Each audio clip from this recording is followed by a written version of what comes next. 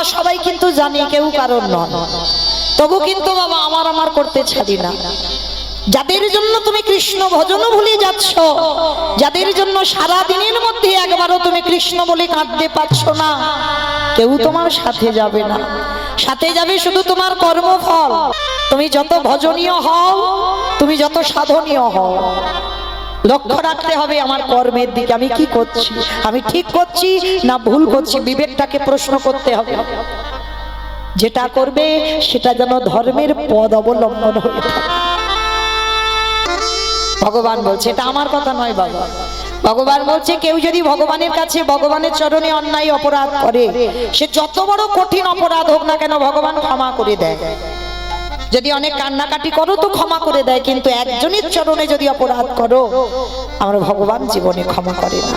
তাহলে কি বললেন না, সবার কাছে অন্যায় করো ক্ষমা আছে, কিন্তু ভুল করে বাবা যেন বৈষ্ণব চরণে অপরাধ না হয়। আবার লক্ষ্য করবেন বাবা, অনেক অনেক ভক্ত দেখবেন নিজের মন থেকে অন্যায় করে ফেলছে না, সঙ্গ দোষে ভুল হয়, তাই না? আমি যে কথাগুলো বলবো বাবা একটু হৃদয়ঙ্গ করবেন। সঙ্গ দোষ, হয়তো অন্যায়টা আমি করতাম না, কিন্তু কারোর পাল্লাই পড়ে বাবা আমার অপরাধটা হয়ে গেল, এটাও হয়। দেখেন, এটা আমার কথা নয় বাবা, প্রমাণ রয়েছে, শাস্ত্রের বাইরে একটা কথা বলবো না। দেখেন, ওই জন্য একটা কথা বলে যাই মা চরণ ধরে, সতের সঙ্গ করলে তুমি সৎ হবে, অসতের সঙ্গ করলে যতই তুমি সৎ চরিত্রবান ব্যক্তি হও না কেন, একদিন না একদিন তুমি সঙ্গ দোষে পড়ে তুমি কুকাজ করতে বাধ্য হবে। ওই জন্য লক্ষ্য রাখতে হবে মা, ছোট ছোট ছেলে পুলে যখন মানুষ করছি আমরা, কাদের সঙ্গ করি। এই সঙ্গ যদি খারাপ হয়, তুমি যত ভালো মানুষ করো না কেন, সঙ্গে পড়ে তোমার ছেলে খারাপ হতে হবে। যদি বলো মা এটা আমার কথা নয়, মিলিয়ে নেন মহাভারত, ভরি ভরি প্রমাণ রয়ে গেছে বাবা। সতের সঙ্গ করলে সৎ, অসতের সঙ্গ করলে অসৎ হতেই হবে। তার প্রমাণ মহাভারতে বাবা সব থেকে বড় ভক্ত ছিলেন পিতামহ ভীষ্ম। 12 জন বৈষ্ণবের মধ্যে ভীষ্ম একজন বৈষ্ণব ছিল বাবা। যারা এখানে মহাভারত জ্ঞানী বা শাস্ত্র জ্ঞানী তারা ভালো করে বুঝবেন, এই পিতামহ ভীষ্ম যার নাম ছিল বাবা দেবব্রত, এই দেবব্রত বাবার সুখের জন্য নিজের সুখ সারা জীবনের জন্য ধূলিসাৎ করে দিল। দেয়নি বাবা? যারা এখানে পাঠ করেছেন বা শুনেছেন, দেখেন শান্তনু রাজা প্রথমে কেউ গঙ্গাকে বিয়ে করেছিল, গঙ্গার পুত্র ভীষ্ম, কিন্তু গঙ্গা যখন সন্তানকে রেখে চলে গেল, তারপরে লক্ষ্য পড়েছিল মা সত্যবতীকে দিকে, আর সত্যবতীকে এক নজরে দেখে ভালো লেগেছিল। আর যখনই বাবার ভালো লাগলো, সে কথা তো ছেলে বড় হয়েছে, ছেলের কাছে বলা যায় না, এক কর্মচারীর কাছে গল্পটা করেছিল, আর সেইটা দেবব্রত শুনে নিল, আর শুনে নিয়ে ছুটে গেল সত্যবতী মার কাছে। সবার প্রথমে একটা নারীকে দর্শন করে প্রথমেই দেবব্রত মা বলে সম্বোধন করল। সত্যবতী মা বলেছিল, অসম্ভব, তুমি আমায় মা বলে ডাকছো কেন? দেবব্রত আঁচলটা পেতে ভিক্ষা চেয়েছিল, আমার বাবা তোমাকে পছন্দ করে, আমার মা হয়ে তোমাকে ঘরে যেতে হবে। অসম্ভব, তোমার শ্রদ্ধা তো কম নয়, আমি যাব তোমার মা হয়ে। কিন্তু একবারও কই ভেবে দেখলে না, আমি যদি তোমার মা হয়ে যাই, ওই বংশের উত্তরাধি হবে তুমি, তুমি তো রাজ সিংহাসনে বসবে, পরবর্তীতে আমার সন্তান যারা হবে তাদের কি গতি হবে? দেবব্রত মায়ের চরণ ছুঁয়ে বাবাকে বিয়ে করার আগেই বলে দিল, মা কথা দিলাম, আমার বংশে যদি কেউ রাজা হয় সেটা আমার ভাইরা হবে, তোমার গর্ভে যারা আসবে তারাই হবে। বলে আমি তো বিশ্বাস করব না তোমার কোনো কথায়। তখনই পিতার চরণ ছুঁয়ে দেবব্রত প্রতিজ্ঞা করলো, মা ঠিক আছে, আমার কথা বিশ্বাস হচ্ছে না, তুমি ভয় পাচ্ছ, আমার সংসারের পর যখন আমার পরিবর্তিত যারা আসবে, আমার বংশের সন্তান, তারা হয়তো দাবি করবে যে আমার বাবা এই বংশের জ্যেষ্ঠ, তাহলে আমাদের অধিকার। যার জন্য বাবা আমি কথা দিলাম, আমি কোনোদিন সংসার করব না। চমকে উঠল শান্তনু রাজা, সম্ভব? তুই আমার জন্য সারা জীবনটা ধুলোয় মিশিয়ে দিবি? না বাবা, সন্তান হয়ে যদি বাবার মুখে হাসি ফোটাতে না পারলাম, সন্তান হয়ে যদি সন্তানের কর্তব্য পালন করতে না পারলাম, তাহলে তোমার মনুষ্য জন্মটা বৃথা। তুমি চিন্তা করো না বাবা, আমি সংসার করবো না তো কি হয়েছে, আমি কথা দিলাম আমি সবাইকে আমি কোলে পিঠে মানুষ করব। সেই দেবব্রত নিজে সংসারী হলো না, কিন্তু মা নাতি পুতি ছেলে পুলেদের কাঁধে করে নিয়ে কোলে করে নিয়ে মানুষ করেছে। এদিকে 100টা নাতি, ওরা আবার 5টা নাতি। কি মা জানো তো, দুর্যোধন ওরা 100টা ভাই, আর এরা পঞ্চ পাণ্ডব, এদেরকে কোলে পিঠে মানুষ করেছে আমার এই পিতামহ ভীষ্ম।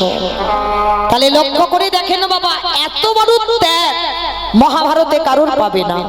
আর যিনি এত বড় বৈষ্ণব হয়েও, এত বড় ত্যাগ করেও সারা জীবন সংসারে থেকে ব্রহ্মচর্য পালন করলো, সংসারে থেকে বৈরাগ্য পালন করলো, সংসারে থেকে সন্ন্যাস ধর্ম পালন করলো, কিন্তু সেই দেবব্রত কুরুক্ষেত্রের মাঠে 10 দিন যুদ্ধের পর অর্জুনের বাণে সরসজ্জায় পড়তে হলো।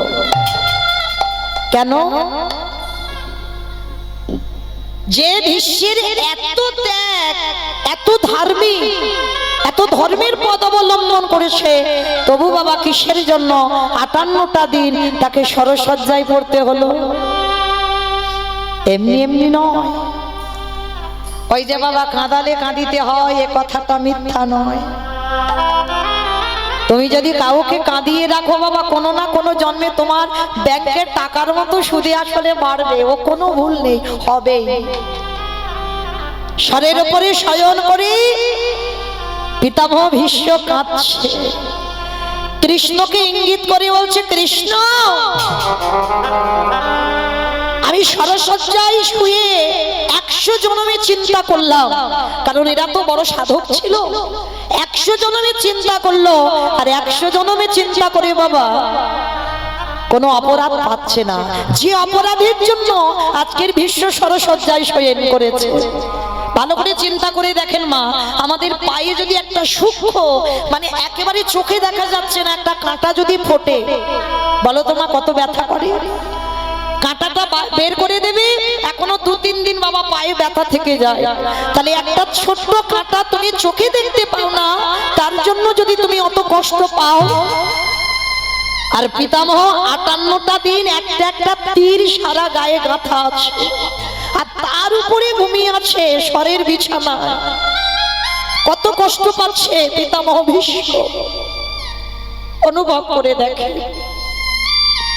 কীর্তন বিষয়টা বাবা খুব অনুভব, শুধু কানে শুনলে হবে না, হৃদয়ে যাদের প্রেম আছে একটু অনুভব করতে হবে।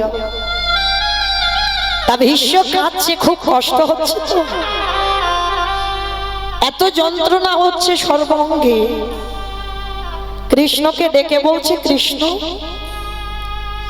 আচ্ছা আমি শরীর উপরে শয়ন করে চিন্তা করলাম 100 জন্ম, আমি কোনো অপরাধ করিনি, কৃষ্ণ বলতে পারিস কোন অপরাধে আজকের আমার এই অবস্থা? ভগবান আমার একটু মৃদু হেসে বলছে, ভীষ্ম দেই 100 জন্মে যখন গেছো, আর 2-1টা জন্ম একটু আগিয়ে দেখো। যখন একটু আগিয়েছে বাবা, দেখতে পেল এই পিতামহ ভীষ্ম এক রাজা হয়েছিল। 101 জন্ম আগে এক রাজা হয়ে যেই না বাবা রাজাদের তো মৃগয়ার শিকার তখনকার দিনে, মৃগয়ায় গেছি আর মৃগয়ায় গিয়ে যেতে যেতে বাবা দেখে না রাস্তা একটা সর্প, আর সেই সর্পটাকে তুলে নিয়ে ওই পিতামহ ভীষ্ম 101 জন্ম আগে ওই সাপটাকে নিয়ে দূর করে রাস্তা থেকে ছুঁড়ে ফেলে দিল। আর যখনই ফেলে দিয়েছিল সর্পটা গিয়ে একটা ফণি মনসার গায়ে বিঁধে গেল। সর্ব অঙ্গে ওই সাপটার কাঁটা ফুটে আছে, আর হঠাৎ তো সাপটা মরতে পারছে না। দেখবেন বাবা কারণ মৃত্যুটা যদি সঙ্গে সঙ্গে হয়ে যায় অত কষ্ট পায় না। সাপটাকে কাঁটার উপরে ফেলে দিল, সর্ব অঙ্গে কাঁটা গাঁথা, রক্ত ঝরে ঝরে পড়ছে। তখনই সাপটা কেঁদে বলেছিল, রাজন আমি কোনো অন্যায় করিনি, কোনো অপরাধ করিনি, আমি তোমাকে দংশনও করিনি, তবে বিনা অপরাধে তুমি যখন আমাকে নিয়ে এই রকম ফণি মনসার গায়ে ফেলে দিলে আমি তোমাকে ছেড়ে দেব না। আমি তোমাকে অভিশাপ দিলাম, আমার অঙ্গেতে যেমন আজকের কাঁটা বিধে আছে, আমার অঙ্গ থেকে যেমন রক্ত ঝরছে, এই যে কত যন্ত্রণা, এই যে কত জ্বালা, আমি তোমাকে অভিশাপ দেব, এই জ্বালা তোমাকে একদিন পেতে হবে হবে হবে।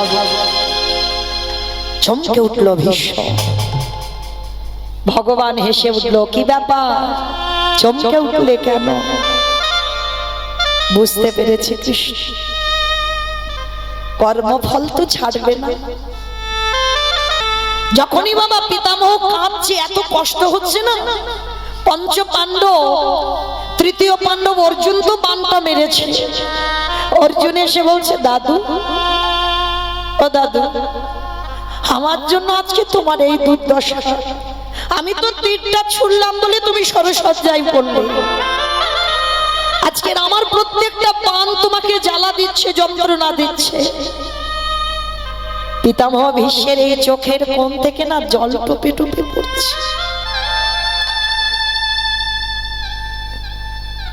অর্জুনের দিকে তাকিয়ে বলছে, কাঁদিস না বাবা, কাঁদিস না, তুই কষ্ট পাচ্ছিস তোর এই তীরগুলো আমার শরীরে গাঁথা বলে, কিন্তু আমি কষ্ট পাইছি না। কেন জানিস বাবা? এই যে আমার গায়ে এই তীরগুলো গাঁথা আছে, আমার কি মনে হচ্ছে জানিস, সেই যে ছোটবেলায় তুই দাদু দাদু বলে আমার কাঁধে চড়তিস, দাদু আমার একটু কোলে নেবে বলে বায়না করতিস, তোর এই হাতের তীরগুলো আমার যখন গায়ে গাঁথা আছে, আমার যেন মনে হচ্ছে আমার অর্জুন যেন আমাকে আষ্টে পিষ্টে বুকে জড়িয়ে ধরে। নিতাই গৌর হরি বল। কাঁদিস না বাবা, কাঁদিস না। যুধিষ্ঠির এসে বলছে, দাদু তোমার তো ইচ্ছা মৃত্যু, তুমি এবার মরে যাও না, এবার মরে যাও না তুমি, তোমার এই কষ্ট আমরা কেউ চোখে দেখতে পাচ্ছি না। দেখবেন বাবা কোন কোন মানুষ যখন খুব কষ্ট পায়, বিছানায় পায়খানা প্রস্রাব, আর কোন ডাক্তার বৈদ্য কবিরাজ কিছু কাজ হচ্ছে না,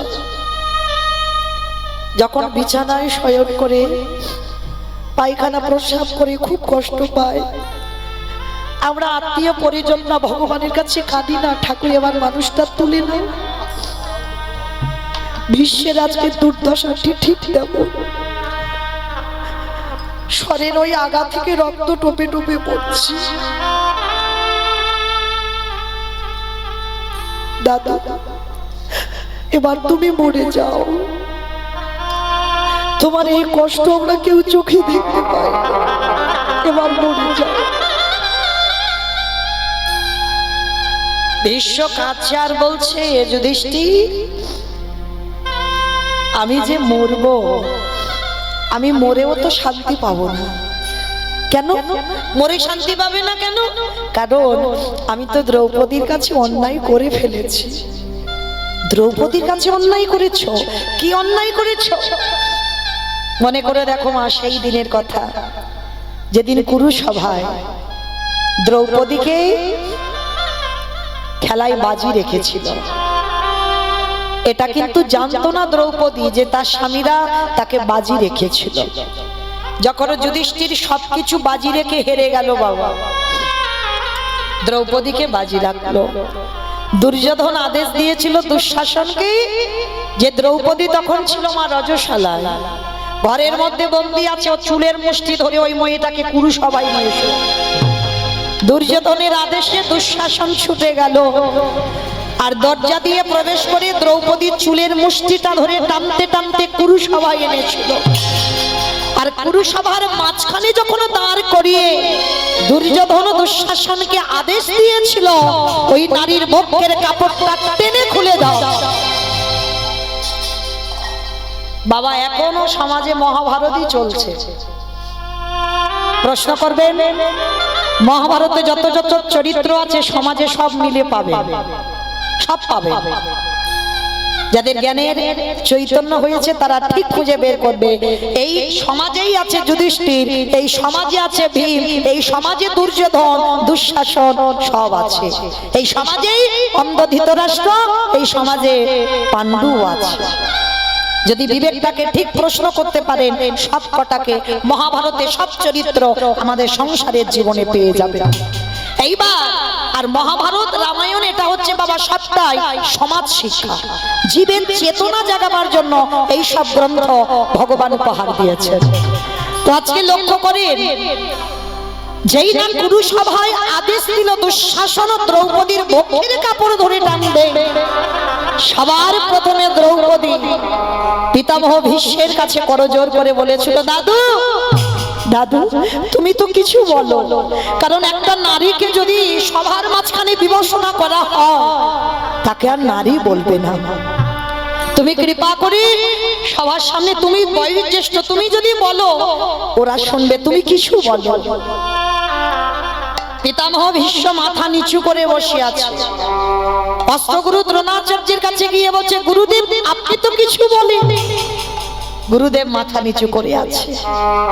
যে মেয়েটার পাঁচটা বীরের মতো স্বামী, সেই পাঁচটা স্বামীর কাছে গিয়ে করজোড় করে বলছে, স্বামী তোমরা তো কিছু করো, আমার যদি মুখের কাপড়টা টেনে নেয়, আমাকে বিবেচনা করলে আমাকে সমাজে আর নারী বলবে না। এখানেই প্রমাণ দিল দ্রৌপদী। আমি প্রমাণ দিচ্ছি না, দ্রৌপদী দিল যে নারী লজ্জা চলে যায় তাকে সমাজে নারী বলে না মা। কিন্তু লক্ষ্য করবেন, এই সমাজে কোন কোন নারী এমন এমন পোশাক পরে যাদের দিকে আমরা নারী হয়ে তাকাতে লজ্জা বোধ হয়। তাহলে আমরা নারী হয়ে যদি লজ্জা বোধ হয়, তাহলে পুরুষদের তাদের কি দোষ? দোষ নয়। দোষ কাদের? যে নারীরা ওই পোশাক পরে, দোষ হচ্ছে তার বাবা মা। অপরাধ নিও না মা, আমি বলছি না। দ্রৌপদী মহাভারতের শিক্ষা দিল, যে নারী নিজের লজ্জা নিজে ঢাকতে না পারে সে নারীকে সমাজ কোনোদিন নারী বলে গণ্য করে না। তাই দ্রৌপদী কাঁদছে, স্বামী তোমরা কিছু তো বলো। যে মেয়েটার পাঁচটা স্বামী মাথা নিচু করে আছে, যাদের শরীরে বীরেদের মতো ক্ষমতা, সবার শেষে দ্রৌপদী মনে মনে ভাবলো, তার মানে এরা আমার সাহায্য করবে না। যে সাহায্য করবে মা তাকে ডাকতে বড্ড দেরি হয়ে যায়, তাই না? এটাও আমাদের সঙ্গে হয়, দেখবে প্রত্যেকে মানুষ মাত্রে জীবনে কষ্ট দুঃখ জ্বালা যন্ত্রণা থাকে, আর থাকলে কি করি, আত্মীয় পরিজন বন্ধু বান্ধব গ্রাম প্রতিবেশী সবার কাছে বলে বলে বেড়াচ্ছি, কিন্তু তোমার দুঃখের কি লাঘব হচ্ছে? হচ্ছে না, আরো বেড়ে যাবে। তোমার কষ্টের কথা তুমি যখন কাউকে বলবে তুমি হাসির পাত্র হবে, এইটা মনে রাখতে হবে। তোমাকে দেখে তারা হাসবে, তারা বলবেন ঠিক হয়েছে বেটা, কিন্তু যার কাছে বললে তোমার কাজ হবে তার কাছেই তো কেউ আমরা প্রথমে যাই না। দেখো দ্রৌপদী এটাই শিক্ষা দিল, সবশেষে বুঝতে পারলো তার সখা কৃষ্ণ ছাড়া আর কেউ সাহায্য করতে পারবে না। সবার সামনে দাঁড়িয়ে বলে উঠলেন, তোমরা খালি এটাই চাও যে আমাকে বিবেচনা করো, ঠিক আছে, আমিও দেখতে চাই কি করে আমার সঙ্গে এটা হতে পারে। এক হাত দিয়ে বক্ষের কাপড়টা ধরে এক হাত দিয়ে ডাক দিয়েছিল, হে ব্রজেন্দ্র নন্দন কৃষ্ণ দেখা দাও। আসছে না। হে দ্বারকাধীপতি কৃষ্ণ দেখা দাও। আসছে না। হে গোলকপতি কৃষ্ণ দেখা দাও, আসছে না। তিনবার ডাকা হয়ে গেল, আসছে না।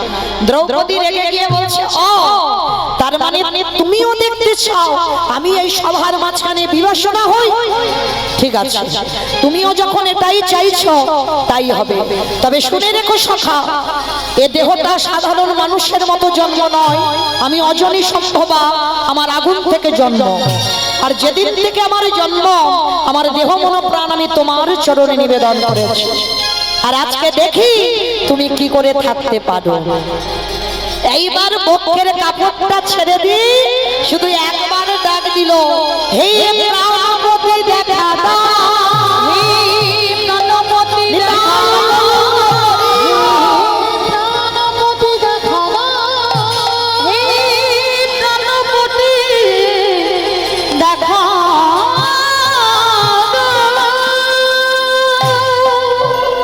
যেই না বললাম প্রাণপতি দেখা দাও, সঙ্গে সঙ্গে ভগবান আঙুল থেকে কাপড়টা খুলে যেখান থেকে দুঃশাসন বস্ত্র টেনে নেবে শেষ, ওইখানে জুড়ে দিয়েছে। কি গো, ডাকার মতো তো ডাকতে হবে। দ্রৌপদী রেগে গেছে, কেন তুমি এত দেরি করলে? আমি এতক্ষণ ধরে তোমাকে ডাকছি। ভগবান হেসে উঠল, আমি দেরি করিনি সখী, তুমি আমার ডাকতে দেরি করেছ। আমি তো সবার দরজায় রেডি হয়ে দাঁড়িয়ে আছি, শুধু একবার ডাকার অপেক্ষা। আমাকে একবার যদি মন প্রাণ দিয়ে কেউ ডাকে, সবকিছু কামনা বাসনা শূন্য করে যদি ডাকে, আমি তৎক্ষণাৎ তার হৃদয় ঘরে প্রবেশ করি। তাহলে আমি তিনবার ডাকলাম, তুমি এত দেরি করলে কেন? ভগবান হাসছে আর বলছে, সখী দাঁড়াও দাঁড়াও দাঁড়াও, রেগে যেও না। তুমি প্রথমে কি বলেছো? বলে কেন বললাম দ্বারকাধিপতি কৃষ্ণ। বলে তোমার হস্তিনাপুর থেকে দ্বারকা 3 দিনের পথ, আসতে টাইম লাগবে না? তারপরে কি বলেছো? গোলকপতি কৃষ্ণ দেখা দাও। হস্তিনাপুর কোথায়, গোলক কোথায়, টাইম লাগবে না? তারপরে কি বলেছো? ব্রজেন্দ্র নন্দন কৃষ্ণ। কোথায় হস্তিনাপুর আর কোথায় বৃন্দাবন, আসতে টাইম লাগবে না? ও তা 3 বার নয় ভুল করেছি, তাহলে 4 বারের ডাকে কেন এলে? সখী 4 বারে কি বলেছো? বলে আমি বললাম প্রাণপতি দেখা দাও। এখনো বুঝতে পারছো না? তোমার হস্তিনাপুর কোথায় আর তোমার প্রাণ কোথায়? কেউ যদি একবার প্রাণপতি দেখা দাও, সব থেকে ভজনের ঊর্ধ্বে তো বাবা মধুর রসের ভক্তরা। যদি ভগবানকে স্বামীর জায়গায় কেউ বসায়, 4টে ভাবে ভালোবাসা সোজা, শান্ত দাস্য সখ্য বাৎসল্য, এ 4টে সোজা। মধুর ভাবে প্রেম করে দেখো, স্বামীর জায়গায় তুমি ভগবানকে বসাও। স্বামীকে যে প্রেম যে ভালোবাসা দিয়েছো সেটা ভগবানকে দাও। দ্রৌপদী, কেউ যদি একবার আমায় প্রাণপতি দেখা দাও বলে, পৃথিবীর আমি যে প্রান্তে থাকি না কেন, আমি তৎক্ষণাৎ তোমার কাছে এসে দাঁড়িয়ে গেছি।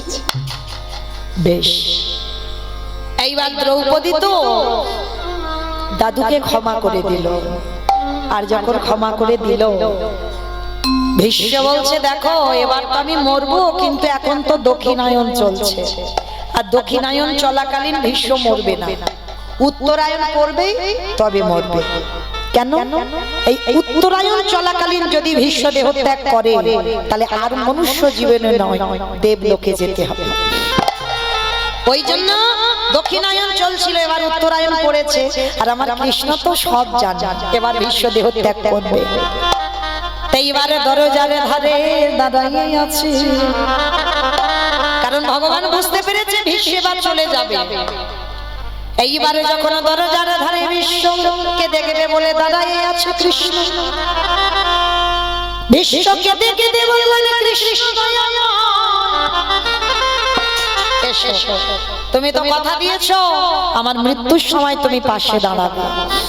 ভগবান সরসজ্জার পাশে এসেছে, এসে বলছে ভীষ্ম বলো তুমি চলে যাবে, যাবার আগে তুমি কোন রূপে আমায় দেখতে চাও? বলো কোন রূপ? বলছে শোনো, আমি বৃন্দাবনের কৃষ্ণ রূপ যদি দেখতে চাও আমি দেখাবো, যদি মথুরার কৃষ্ণ রূপে দেখতে চাও দেখাবো, দ্বারকার কৃষ্ণ রূপে দেখতে চাও দেখাবো। বলো কোন রূপে দেখবে? ওহে কৃষ্ণ আমি বৃন্দাবনের কৃষ্ণ রূপে দেখতে চাই না,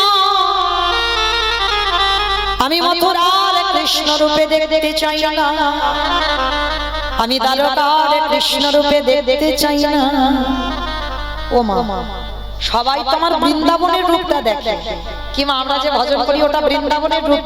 তো গোপবেশরে বেণুগর নবকৈশোরে নটমা নরলীলায় তাহার স্বরূপ। কি গো, ওই রূপটা তোমরা দেখো, সবাই ভালোবাসে। আজকের বলছে ভীষ্ম তুমি বলো কোন রূপে দেখতে চাও? ভীষ্ম করজোরে কেঁদে বললেন কৃষ্ণ দয়াময় আমি বৃন্দাবন নয়, মথুরা নয়, দ্বারকা নয়, ও কোন রূপ আমার চাই না। তাহলে কোন রূপ দেখতে চাও? কৃষ্ণ কহে একান্ত যদি তুমি আমায় রূপ দেখাতে চাও, ওই যে কুরুক্ষেত্রের রণাঙ্গনে অর্জুনের সামনে সারথি হয়ে যে তুমি দাঁড়াইয়াছিলে, অর্জুনকে পিছনে সিংহাসনে বসিয়ে রেখে তুমি ঘোড়ার লাগাম ধরে যখন দাঁড়াইয়াছিলে, দেখে মনে হতো ওই অর্জুন বসেছে উপরে, আরে তুমি ভগবান হয়ে তুমি যেন ভক্তির নিচে বসে আছো। আমার বিবেকে কি মনে হলো জানো? সত্য ত্রেতা দাপর প্রতিটা যুগে যুগে আমি দেখলাম ভক্ত ভগবানের চরণে বসে, আরে কুরুক্ষেত্রের রণাঙ্গনে আমি দেখলাম আমার ভগবান ধরে ওই ভক্তির পায়ে আমি ওই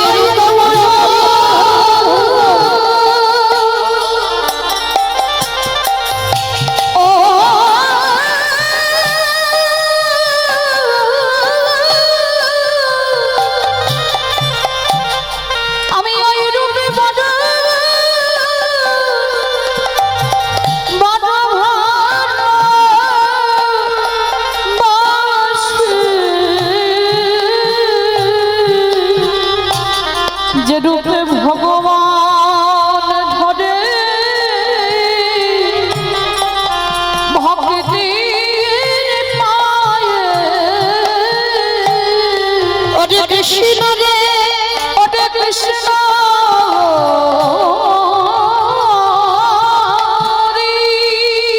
সেদিন যেমন কুরুক্ষেত্রের রণাঙ্গনে অর্জুনের রথের সারথি হয়ে অর্জুনের মতো ভক্তের সামনে ঢাল হয়ে দাঁড়াইলি, আগত কলিযুগে যদি অর্জুনের মতো একজন ভক্ত জন্ম নেয়, কৃষ্ণ রে তুই অমনি করে দাঁড়াইলি। আমি এই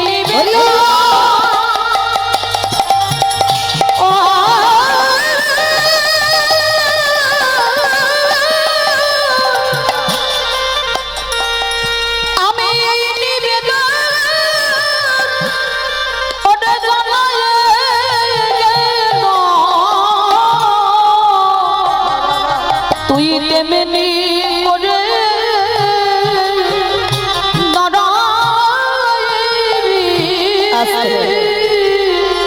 সেদিন আমার ভগবান দ্রৌপদীকে বুঝিয়ে দিল, দ্রৌপদী ওই দ্রৌপদীর বস্ত্রহরণ কালে ভীষ্ম কিছু প্রতিবাদ করেনি, কেন জানো? সেদিন তো দুর্যোধনের অন্নে প্রতিপালিত হয়েছে, আর দুর্যোধন অসৎ, আর অসতের অন্ন খেতে খেতে বিশ্বের সর্ব অঙ্গটা পাপী হয়ে যাচ্ছে, সব ভজন নষ্ট হয়ে গেল। আর যেদিন দ্রৌপদীর বস্ত্র হরণ হলো সেদিন ওই দুর্যোধনের অন্ন খেতে খেতে শরীরের রক্তগুলো পাপী হয়েছিল, তাই সৎ কথা বার হলো না। আর আজকের সরসজ্জায় পাণ্ডবদের কি করে রাজ্য চালাতে হয় শিক্ষা দিচ্ছিল। কেন না, এখন যে রক্তগুলো আছে সেই বদ রক্তগুলো, অসতের রক্তগুলো সব পড়ে গেছে, আর যতটুকু রক্ত ছিল সতের রক্ত ছিল। তাই তো ওই পাণ্ডবদের কি করে রাজ্য চালাতে হয় ওই শিক্ষাগুলো দিতে পেরেছিল। তো আজকে সেই ভীষ্ম ভগবানের ওই রূপ দর্শন করে উত্তরায়ণ পড়ল, ভীষ্ম দেহ ত্যাগ করেছিল। তাহলে মা এইটুকু শুনে কি বুঝলাম? সঙ্গদোষ, অসতের সঙ্গ করলে তুমি যত ভজন সাধন করো না কেন তোমার কোনো না কোনো দিন অপরাধ হয়ে যাবে। তাই তো আজকে নবদ্বীপের মাটিতে সচিমাও একটা অপরাধ করেছিল। মা যেখান থেকে এসেছিলাম আবার সেখানে ফিরলাম, মনে পড়ছে তো? নিতাই চাঁদ প্রশ্ন করলো, দাদা সবাইকে নাম দিচ্ছ, মাকে কেন দিচ্ছ না? কি বাবা মনে পড়ছে? চলো আবার সেখানে যাই। তা এমন সময় নিমাই বলছে আমার মা অপরাধ করেছে। বলে কার কাছে? বলে অদ্বৈত আচার্য গোসাই। আমার অদ্বৈত আচার্য গোসাইকে বাবা ভোলানাথ, তিনি কলিযুগে হয়েছে শিব ঠাকুর নয়, অদ্বৈত আচার্য গোসাই। আর তার কাছে অপরাধ করেছিল সচিমা। কি অপরাধ? না, এই অদ্বৈত আচার্য উনি তো 12 বছর তুলসী ভাসিয়ে আমার গৌরকে ডেকেছিল, কিন্তু জানো সচিমার গর্ভে যখন 8টা মেয়ে জন্মালো তখনই অদ্বৈত প্রণাম করেছিল। কেন?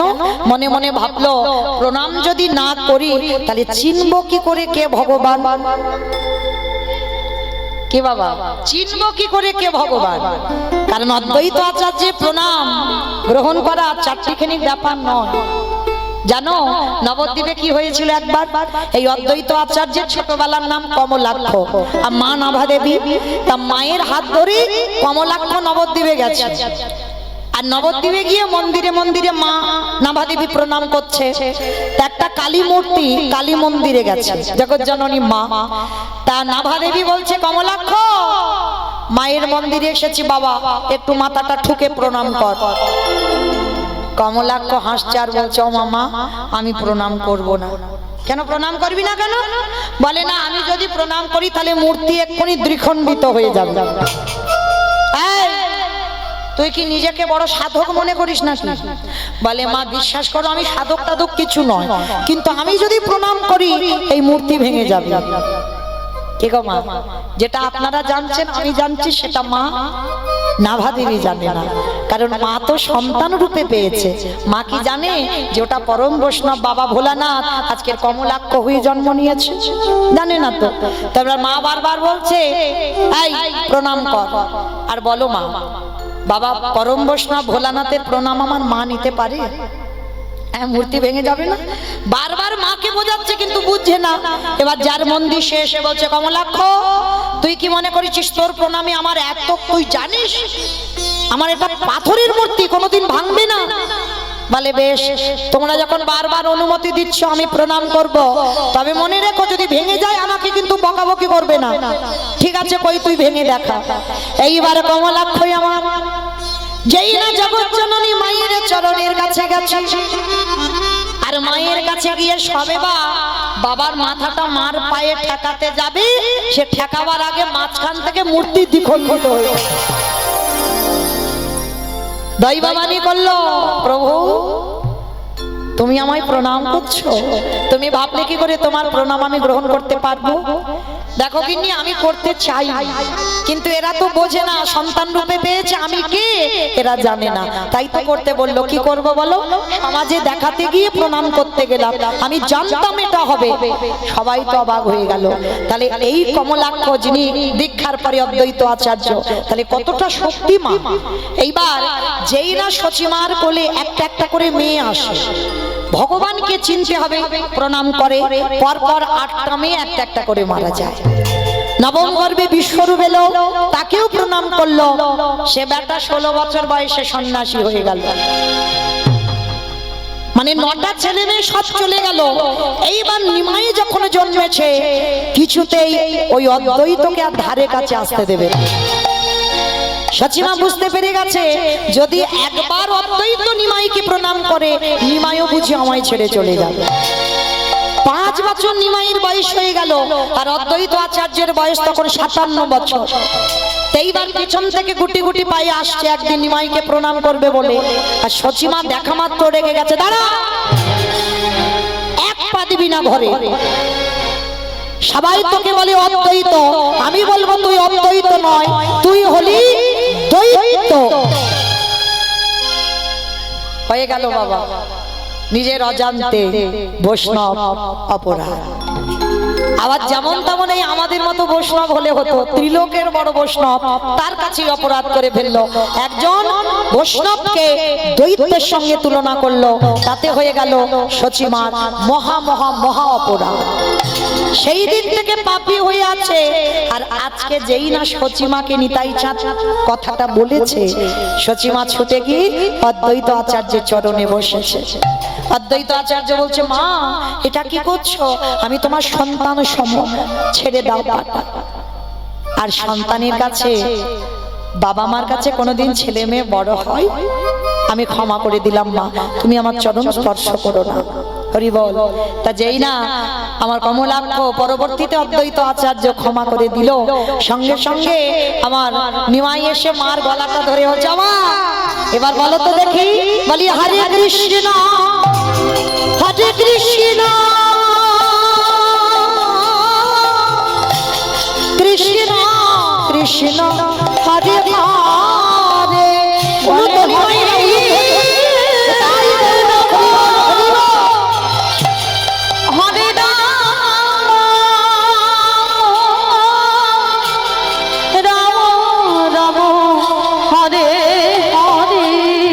আজ গায়ে গোডা জীবের তরে,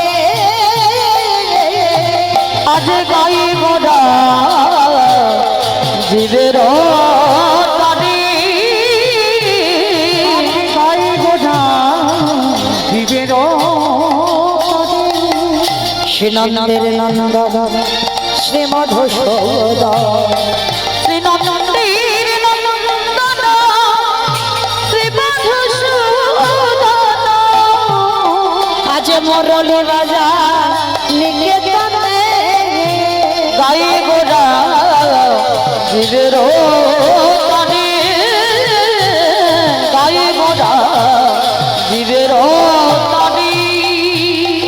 ভক্তের জন্য ভগবান কত কিছু না করেছে, ও খবর আমরা জেনেছি। আর ভগবানের জন্য ভক্তকে কত কষ্ট পেতে হয়েছে। তবে ভগবান আজকের একটা অন্য ধরনের ভক্ত খুঁজে বেড়াচ্ছে। অন্য ধরনের মানে কিরকম বাবা? আজকে যে ভক্তের জন্য ভগবানের হৃদয়টা কাঁদছে, সে যেমন তেমন ভক্ত নয়। ভক্তটা কেমন জানো? ভগবানের আজকের মাথায় একটা ভূত চেপে বসেছে। কি ভূত? বলে শোনো, জগতে অনেক ভক্ত দেখলাম, কিন্তু আজকের আমার বড্ড ইচ্ছে করছে এই মর্তের মাটিতে কোথাও কি মহাসতীর আগমন ঘটেনি। তাহলে আজকের আস্বাদন হবে লীলাটা কি? মহাসতী অনুসুয়া।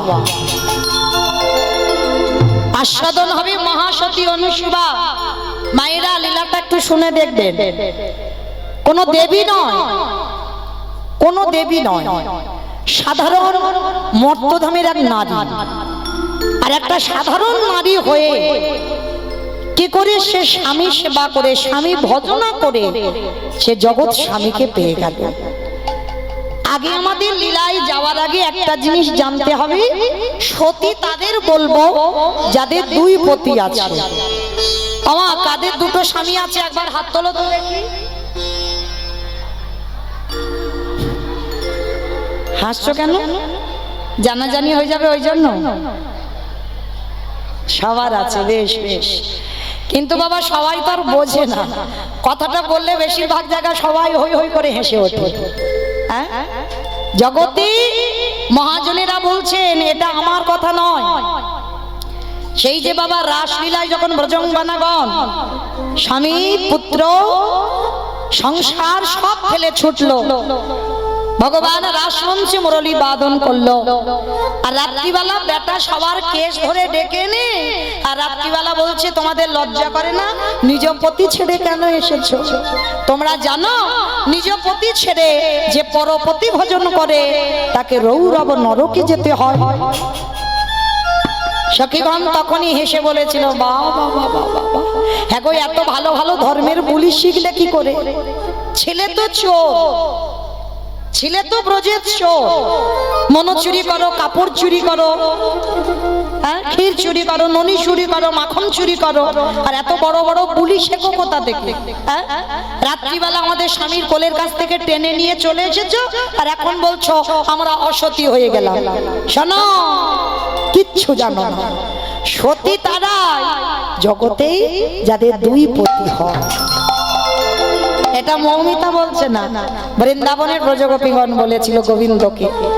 গোবিন্দ জানতো না, বলে ও মা, যার দুই পতি হয় সে সতী, আর যার এক পতি সে অসতী। বলে হ্যাঁ, যার এক পতি সে অসতী, আর যার দুই পতি সেই হচ্ছে সতী।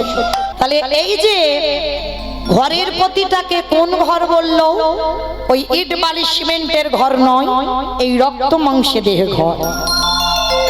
প্রত্যেকের বাম দিকে হাত দিয়ে দেখেন, একটা আওয়াজ হচ্ছে ধপ ধপ ধপ, ওটাই তো আমার ঘরের পতি।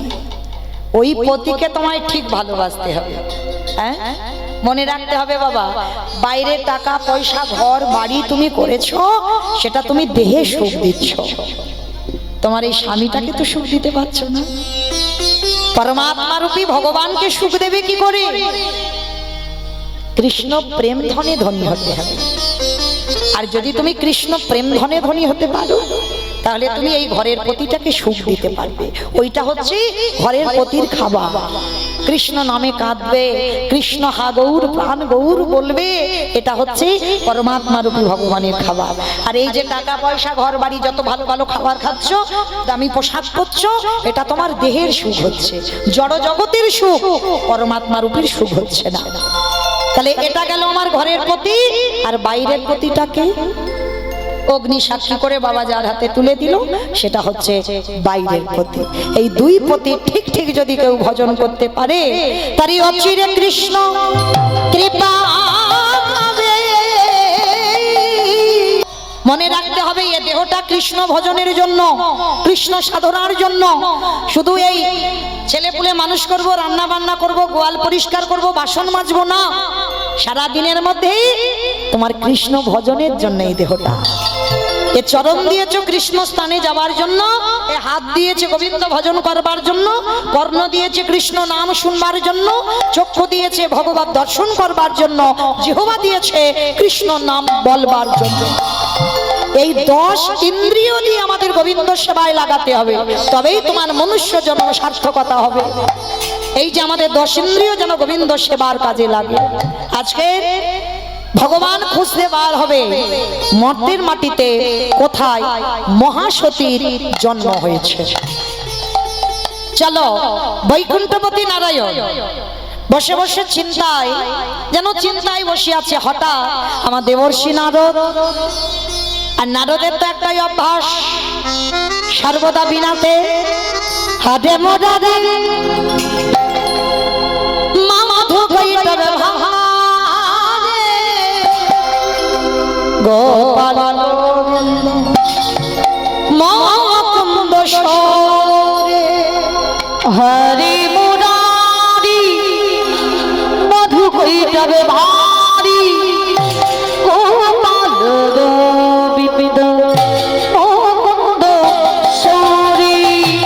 হরে মোরারে মধু কইটাবে ভারে গোপাল মুকুন্দ সরে। হরি মুরারি মধু কইটাবে ভারি, গোপাল গোবিন্দ মুকুন্দ সরি। রাম নারায়ণ মুকুন্দ মধুসূদন কেশব কাঞ্চন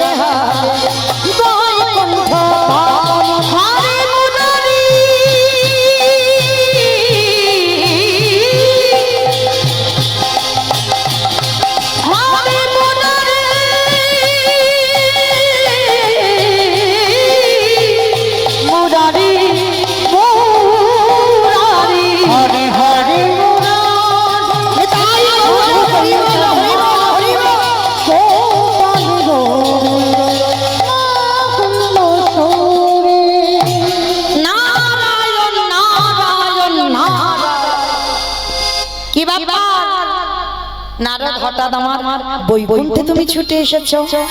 হে প্রভু, এ কি তোমার মুখ দেখে মনে হচ্ছে তুমি চিন্তায় আছো। নারদ, তুমি ঠিক ধরেছ, তুমি তো আমার বড় ভক্ত। ও নারদ, একটা কথা বলবো। কি কথা প্রভু? আচ্ছা নারদ, তুমি তো আমার বড় ভক্ত, আমার অনেক ধরনের ভক্ত জন্ম নিয়েছে, তবে আজকের আমার বড্ড ইচ্ছে করছে, জগতে কি কোথাও মহাসতীর জন্ম হয়নি? ঠাকুর, সতী আবার মরতে? ওরা তো খেতে যায় আর ঘুমাতে যায় আর টিভি সিরিয়াল দেখতে যায়, ওইখানে তুমি সতী মিলবে? তোমার মনে হচ্ছে মাথা খারাপ হয়েছে। নারদ, আমার বড্ড ইচ্ছা, আমি মর্তের মাটিতে একটা মহাসতীর সন্ধান জানতে চাই। যাও না নারদ, তুমি একবার গিয়ে দেখো কোথায় মহাসতী জন্ম নিয়েছে। ঠিক আছে প্রভু, তুমি যখন বলছো যাই, একটু দেখে আসি কোথায় মহাসতীর আগমন ঘটেছে। তাই বা নারদ মনে মনে ভাবছে, আমার তো নারদ বেশে গেলে হবে না। আমার যদি ভগবান হঠাৎ নারদকে মরতে পাঠায়, মর্ত কোনটা? উপরটা নাকি মর্ত? হ্যাঁ, যেটাই বসে আছেন, আমরা দাঁড়িয়ে আছি, তা হঠাৎ যদি নারদ দাঁড়ায় কি হবে বুঝতে পেরেছো? একটা সিনেমা আর্টিস্ট এলে কি হয়, আর যদি নারদ এখানে এসে দুম করে নেমে যায়, বাবা উপায় আছে আর? হ্যাঁ, আর কীর্তন হবে না। তা নারদ মনে মনে ভাবছে, আমাকে তো এই রূপে গেলে হবে না, আমাকে একটা বৈষ্ণব রূপ ধারণ করতে হবে। একটা বৃদ্ধ বৈষ্ণব রূপ ধারণ করেছে, আর বৈষ্ণব রূপ ধারণ করে এসে দাঁড়িয়েছে কোথায়? একেবারে মর্তের মাটিতে। আর মর্তের মাটিতে সকাল থেকে সন্ধ্যা পর্যন্ত মা ঘুরে বেড়াচ্ছে। মানে নারদ বড় লোক বাড়িতে যাচ্ছে, আর যেখানে যাচ্ছে দারোয়ান দাঁড় করানো আছে, বলছে দাঁড়াও দাঁড়াও দাঁড়াও দাঁড়াও, দুপুর বেলা এসেছে, এখন ভিতরে যাওয়া যাবে না, এখন আমাদের ভিতরে ঢুকতে দেওয়া নিষেধ আছে। কেউ আর খেতে দেয় না, দূর দূর করে দাঁড়িয়ে আছে। নারদ মনে মনে ভাবছে, কেন যে কুকক্ষণে মরতে আমি এসেছিলাম, সারা দিন ঘুরে বেড়াচ্ছি, সতী তো দূরের কথা, একটা ভক্ত পাচ্ছি না। আর সতী এইবার এত খিদে পেয়েছে নারদে, সন্ধ্যা গড়িয়ে গেছে, আর জঙ্গলের ভিতরে প্রবেশ করে একটা গাছতলায় বসে বসে কাঁদছে, প্রভু এবার যে আমার বড্ড খিদে পেয়েছে, এবার আমি কোথায় খাবার পাবো বলো তো দেখি। যার বাড়িতে যাচ্ছে সে তো ভালো করে আমায় খেতে দিচ্ছে না, ঢুকতে দেয়নি, খেতে দেওয়া তো দূরের কথা, আর তুমি পাঠিয়েছো মর্তে সতী, এই মর্তেতে সতী পাওয়া অসম্ভব প্রভু। আর মনে মনে ভাবছে, আর ভাবতে ভাবতে হঠাৎ দেখে না একটা পাহাড়ের উপরে টিপ টিপ করে একটা আলো জ্বলছে। আরে ওই তো একটা আলোর যেন দিশা দেখা যাচ্ছে, দাঁড়াও একটু সন্ধ্যাবেলায় যাই, গিয়ে দেখি যদি কিছু খাবার টাবার পাই। তা নারদ বৈষ্ণব সেজে লাঠি ঠুকতে ঠুকতে গেছে, আর সেই বাড়িতে গিয়ে ডাকছে, আমা মা রে, কেউ বাড়িতে আছিস? আমা একটু বেরিয়ে আইলাম মা, আমি সকাল থেকে কিচ্ছু খেতে পাইনি, দুটো খেতে দিবি মা? আর ওই পদ্মকুঠির টাকা, ওই কুটিরে দুইজন বাস করত, মা অনুসবা আর স্বামী অত্রিমুনি। দুই স্বামী স্ত্রীর বসবাস। তো স্বামী স্ত্রী যখন বসবাস করছে, আর যেই না সন্ধ্যাবেলায় ওই নারদ মুনি বৈষ্ণব সেজে গেছে, সঙ্গে সঙ্গে অনুসূয়া মা তাড়াতাড়ি করে মাথায় কাপড়টা দিয়ে বলছে, বাবা আপনি একটু আসুন, আপনি আসুন, সন্ধ্যা হয়েছে তো, মা দুটো খেতে দিবি মা? বাবা আমি অবশ্যই দেব, কিন্তু বাবা এখনো তো আমার স্বামী সেবা হয়নি, আর এই জীবনে আমি স্বামী সেবা ছাড়া আমি আগে কাউকে কোনোদিন সেবা দিইনি। নারদ মুনি যেই না কথাটা শুনেছে, দাঁড়িয়ে থেকে চমকে উঠেছে, ও বাবা এ আবার কিরকম মেয়ের সঙ্গে দেখা হলো, এ স্বামী সেবা করবে তারপরে অন্যান্য সেবা। ঠাকুর মনে হয় পেয়েছি বলে মনে হচ্ছে, এই মর্তে এরকম মেয়ে আছে বলে তো আমার জানা নাই। মরতে এইরকমই আছে, আগে স্বামীর সেবা দেবে তারপরে অন্য কিছু সেবা, এটা তো অসম্ভব। ঠিক আছে মা, নারদ মনে মনে ভাবছে দেখতে হবে এই মেয়েটার স্বভাব চরিত্র, সারা দিনের আচরণ কেমন। একটা কথা মনে রেখো মা, যারা সহধর্মিণী হয় তাদের চরিত্র, তাদের কথা বলা, তাদের ধরন সবটা আলাদা হয়। বউ আলাদা, স্ত্রী আলাদা, সহধর্মিণী আলাদা, এই নারীদের মধ্যে পাওয়া যায়। কিন্তু এখানে খুঁজলে বাবা একটা মিলবে কি তা সন্দেহ। হ্যাঁ? যেই এসে দাঁড়িয়েছে অনুসুমা মার কাছে বলছে বাবা আমার সৎ ছিল কিন্তু এখন কেউ নেই। অনুসুমা মার হৃদয়টা দুলে উঠলো, বাবা তোমার যতদিন ইচ্ছা, তোমার যখন কেউ নেই তুমি আমার বাড়িতে থাকো। নারদ মনে মনে চিন্তা করছে, ও মেয়ে আমি তো সব সময় থাকবো বলে আসিনি, আজকে রাতটা আমি থাকবো, আর রাতটা থাকলেই আমি বুঝতে পেরে যাব তোর চলাফেরা, তোর চরিত্র কেমন। এইবার নারদ মুনি ছদ্মবেশে আছে বাড়িতে, সারা রাত স্বামী সেবা করে ঘুমিয়ে পড়েছে। ঠিক ব্রহ্ম মুহূর্ত, সূর্য উদয়ে 1 ঘন্টা 36 মিনিট আগে ব্রহ্ম মুহূর্তে আমাইরা নারীদের সর্বাগ্যে প্রথম কাজ ঘুম চোখটা খুলে স্নান করা, কিন্তু আমরা কেউ করি না। সবার আগে স্নানটা করি, যা কিছু কর্ম হবে স্নানের পর, আগে নয়। কেন? মহাজনেরা বলছেন তুমি যে ঘুমিয়েছিলে না, তুমি তো মরে গেছিলে, তোমার শরীর অসুচি। বলো মা তুমি যে ঘুমিয়েছিলে তুমি কিছু জানতে? কখন যে হাওয়াটা বেরিয়ে যেত কিচ্ছু বুঝতে পারতে না। তাহলে ঘুমানো মানে অসহজ হয়ে গেল, শরীর অসুস্থ। সেটাকে রন্ধনশালে বিশেষ করে যারা যাবেন স্নান না করে কোনো দিনই যাবে না, কোনো দিন। তো আজকের অনুসুয়া মা সমাজকে শিক্ষা দিচ্ছে, নারী জাতিদের, আপনাদের আমাদের। ভোরবেলা মানে প্রতিদিন সূর্য উদয়ের 1 ঘন্টা 36 মিনিট আগে ওঠে। দেখবেন মা আগেকার দিনের মায়েরা, এখন যেমন আমাদের এই তো কনকনে শীতের বেলা, তখনকার দিনে গায়ে জামা টামা ছিল না, শুধু শাড়ি ব্যবহার হতো না মা? সেই বিদ্যাসাগরের আমলের বেলা তখন শুধু শাড়ি ব্যবহার হতো, কোনো এত দামি দামি এত ভ্যারাইটিসের ব্লাউজও ছিল না। ছিল কি? ছিল না। তারা কি করত? ভোরবেলা উঠে ওই যে গরুর গোবর নিয়ে দেওয়ালে দিত, নেতা দিত তো কি গো মা, এখন আর গোবর জল ছড়া দাও? ধুর, পাথর সেটিং ঘর হয়েছে, আর গোবর জল কোথায় দেবে, তাই না? কিন্তু না, অবশ্যই দিতে হবে, কারণ গোবরে মা লক্ষ্মী বাস করছে। যদি ঘরে লক্ষ্মী ফেরাতে চাও, প্রতিদিন যত পাথর সেটিং করা ঘর বানাও না কেন, তোমাকে দরজায় একটু অন্তত ওই গোবর জলগুলো একটু ছড়া দিও। ভোরের বেলা আমার ঠাকুমাদের দেখতাম ছড়া ঝাঁট ফেলতো, তাই না? ছড়া ঝাঁট বলে তো, ছড়া ঝাঁট ফেলতো। এখন আর দেবেন আমার সব মডার্ন, তো সিরিয়ালের মতো হচ্ছে, গোবরে হাত দেয় না।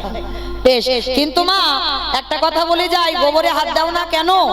কারণ এটাই তো মা লক্ষ্মী। হ্যাঁ, দুর্গন্ধ বলে না, অপরাধ নিও না মা, কারণ ওইখানে লক্ষ্মী বসবাস করছে, গরুর ওই গোময়তে। আজকে যেই না অনুসুয়া মা ভোরবেলা উঠেছে, আর নারদ তো সারা রাত ঘুমায়নি, শুধু দেখছে দেখবো অনুসুয়া কি কি কাজ করে। আর ভোরবেলা উঠে স্বামীর পাশে থেকে চলে গেছে কোথায়? প্রভাতে উঠিয়া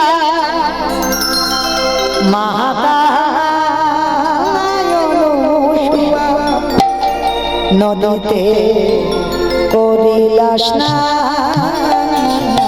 প্রভাতে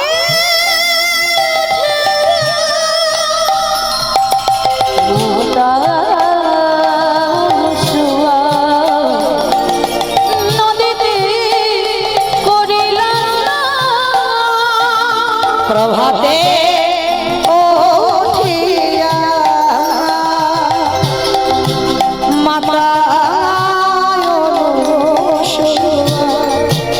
নদীতে করিলা স্নান। প্রভাতে উঠিয়া মাতা অনুসুয়া নদীতে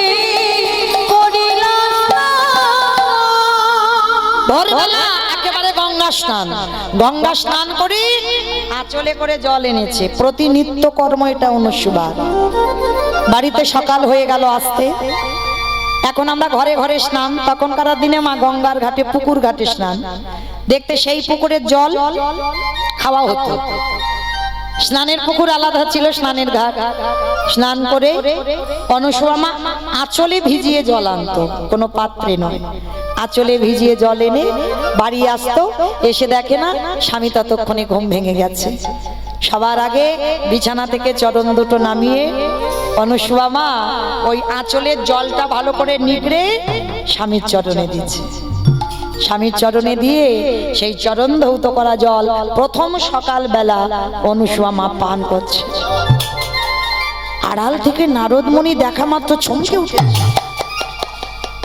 ওমা এরকম নারী আবার মর্তে, হ্যাঁ এ তো আমার কল্পনার বাইরে হয়ে গেল। প্রভু এটা কি করে সম্ভব যে মর্তধামের এক নারী সকালবেলা স্নান করে আগে পতি সেবা?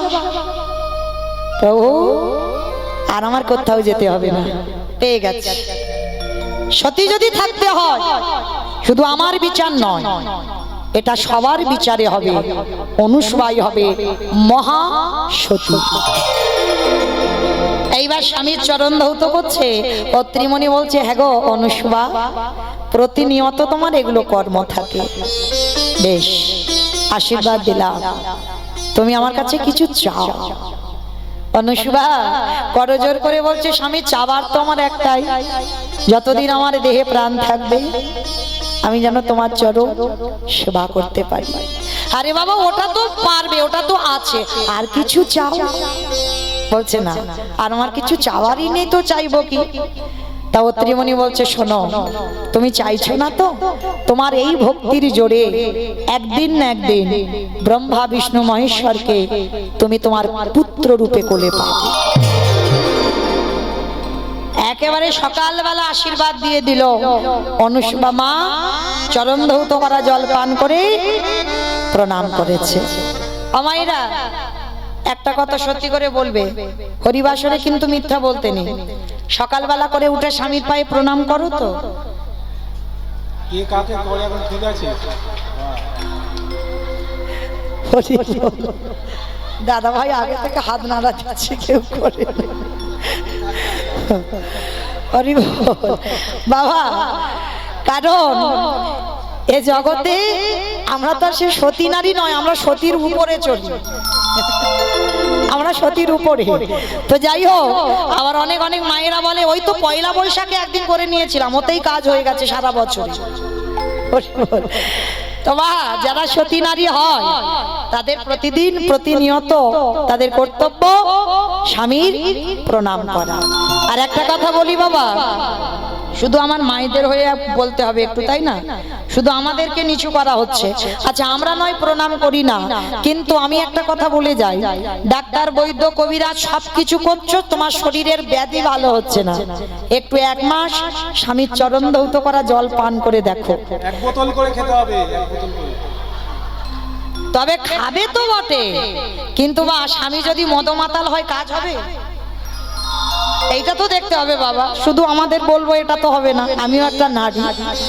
এখন তার জগতে স্বামী হচ্ছে না বাবা, সব আসামি হয়ে যাচ্ছে, তাই না? কারণ আজকের শুধু অনুসুয়ার চরিত্রটা দেখছো আর অত্রিমণির চরিত্রটা দেখছো না, তার কত সাধন, তার কত ভজন। হ্যাঁ, কারণ সেই পুরুষ আজকে লীলার কাহিনীটা শুনলে বুঝতে পারবে। এই অত্রিমণির তারও কত সাধনা ছিল, যার জন্য অনুসুয়ার মতো স্ত্রীকে পেয়েছে, সহধর্মিণীকে পেয়েছে। আর অনুসুয়ারও সাধ্য সাধনা ছিল, যার জন্য ওই রকম একজন সাধনশীল ব্যক্তি তাকে পেয়েছে। আজকে চরণ ধৌত করলে তাদেরও কাজ হবে বাবা, যাদের একনিষ্ঠ মন প্রাণ গোবিন্দ সেবা ছাড়া আর অন্য কিছু নয়। তবে বাবা সংসারী জীবনে সংসার করতে হবে, তবে মন দিলে হবে না, গা ভিজাতে হবে। সংসার গা ভিজিয়ে দাও, মন ভিজিও না। আর যাদের মন ভিজে যাচ্ছে তারা ওই সংসার সমুদ্র শুধু সাঁতার কাটবে, পাড় আর কিনারা পাবে না। কিন্তু মা দেহটা ভিজিয়ে মনটা গোবিন্দ চরণে রেখে যদি বসতে পারো তাহলে কিনারা তাড়াতাড়ি পেয়ে যাবে। তো আজকে অনুসুয়া মা স্বামী সেবা দিয়েছে, সকাল হয়েছে, নারদমণি বলছে মা এবার আমি আসি। বাবা তোমার তো কেউ নেই, তুমি কোথায় যাবে? যাবো রে মা যাবো, আবার তোর কাছে আসবো, তবে আমি তোকে আশীর্বাদ দিয়ে দিলাম একদিন না একদিন ব্রহ্মা বিষ্ণু মহেশ্বর তোর দরজায় এসে বন্দি থাকবে। আজকেই দুটো আশীর্বাদ পেয়ে গেল অনুসুয়া মা। স্বামী দিল, ওদের তিনজনকে পুত্র রূপে পাবি, আর নারদ মুনি যার কথা হয় নারদ, সেই তো নারদ, সেই আশীর্বাদ দিল তিন দেবকে তুই তোর ঘরের দরজায় বন্দি করে রাখ। নারদ আশীর্বাদ দিয়ে দিল। আশীর্বাদটা দিয়ে নারদ মুনি মনে মনে ভাবছে এখন আমি প্রভুর কাছে যাব না, আমার একটু কাজ আছে। কি কাজ? আমার নারদের বাহনটা কি গো? ময়ূর। দেখি বাবা, দেখি আয় বাবা, আমার যাচ্ছে না বৈকুণ্ঠে, যাচ্ছে না নারায়ণের কাছে, তাহলে যাচ্ছে কোথায়? ও বাবা ঢেকি রে চলে চলে না বাবা ব্রহ্মলোকে যাই। বাবা ঢেকি রে চলে না রে ব্রহ্মলোকে যাই। ও বাবা ঢেকি রে চলে না রে ব্রহ্মলোকে যাই। ওই না ব্রহ্মলোকে গিয়ে আমি সাবিত্রীর প্রণামে জানা। ওই ব্রহ্মলোকে গিয়ে আমি সাবিত্রীর প্রণামে জানা। ঢেকি রে ব্রহ্মলোকে যাই। বাবা ঢেকি রে চলে না রে ব্রহ্মলোকে যাই। আস্তে এইবার একটা কি করেছে বাবা, ঢেকিটাকে বাবা বস, ব্রহ্মলোকে গেছে মা সাবিত্রী। মা সাবিত্রীর কাছে গিয়ে হচ্ছে মা, মা গো বড্ড খিদে পেয়েছে, তাড়াতাড়ি খেতে দাও, আমার পেটের ভিতর যেন কি যেন জ্বলছে, খুব খিদে পেয়েছে, তাড়াতাড়ি খেতে দাও, তাড়াতাড়ি খেতে দাও। আরে বাবা দাঁড়া দাঁড়া, আমি রান্না করে রেখেছি, দেবো তো, একটু সময় দে, তাড়াতাড়ি দাও। এইবার মা সাবিত্রী অনেক রকমের রান্না করেছে, অন্ন ব্যঞ্জনের থালা সাজিয়ে নারদকে দিয়েছে। বেটা নারদ সেবা করেছে, আর সেবা করার পরে মা সাবিত্রী বলছে বাবা কিরকম রান্না করলাম, কিরম স্বাদ পেলে রান্নাগুলো? বলে মা হয়েছে, কিন্তু সেই মর্তধামের অনুসুয়া মার মতো হয়। এইবার আছে কোথায়? দেখবে মা, একটা পুরুষ কিন্তু একটা পুরুষকে হিংসা করে না, কিন্তু একটা নারী একটা নারীকে হিংসে করে, বাস্তব।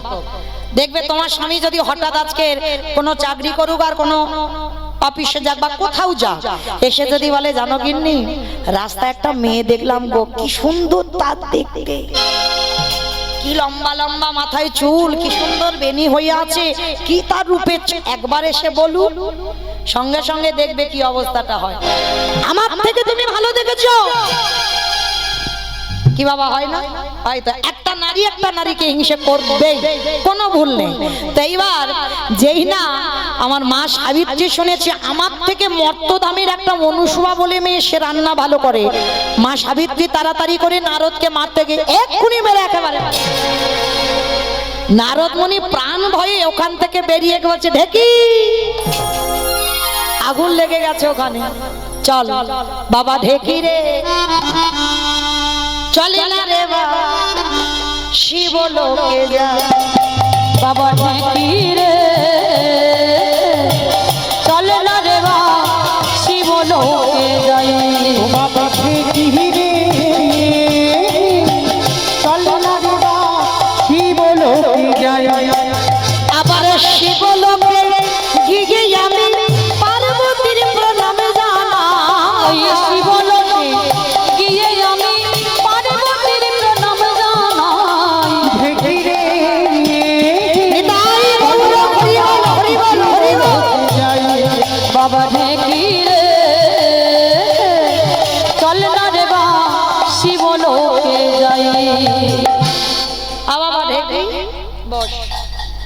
এইবার গেছে শিবলোকে। মা জগৎজননী দশভুজা দুর্গা 10 হাতে রান্না বান্না করে, আমাদের মতো দুটো হাত নয়। মার কাছে গিয়ে ওই একই কথা, মা খিদে পেয়েছে, তাড়াতাড়ি খেতে দাও, পেট যেন জ্বলছে, তাড়াতাড়ি খেতে দাও। দশভুজা দুর্গা 10 হাতে রান্না করে নারদকে খেতে দিয়েছে।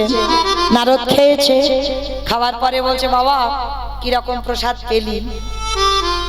বলে, মা পেলাম, কিন্তু সেই অনুসুয়ার মতো রান্না হয়নি। অনুসুয়া কোথাকার মেয়ে?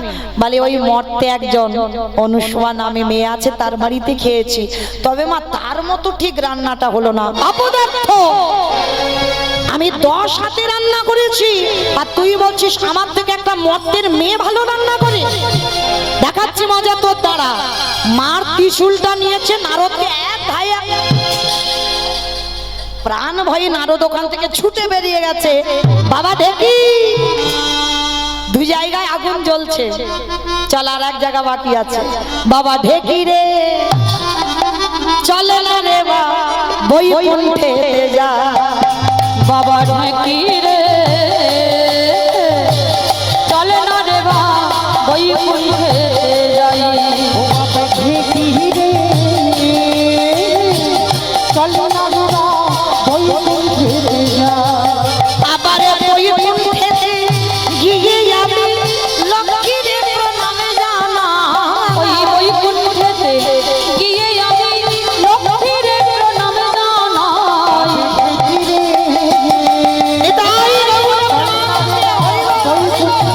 জানাই। বাবা ঢেকি রে চলে না রে বা বৈকুণ্ঠে যাই। বাবা বস। মার কাছে গিয়ে ওই একই কথা, মা তাড়াতাড়ি খেতে দাও, তাড়াতাড়ি খেতে দাও, খিদে পেয়েছে। মা লক্ষ্মী অন্ন ব্যঞ্জন ভালো করে গুছিয়ে এইবার নারদকে খেতে দিয়েছে, আর খাওয়া হয়ে গেল। বাবা এইবার মা জিজ্ঞাসা করছে, বাবা রান্না টান্না একটু ভালো স্বাদ হয়েছিল তো? বলে, মা খেলাম, হয়েছে মোটামুটি, কিন্তু মর্তের মা অনুসুয়ার মতো রান্না হয়নি।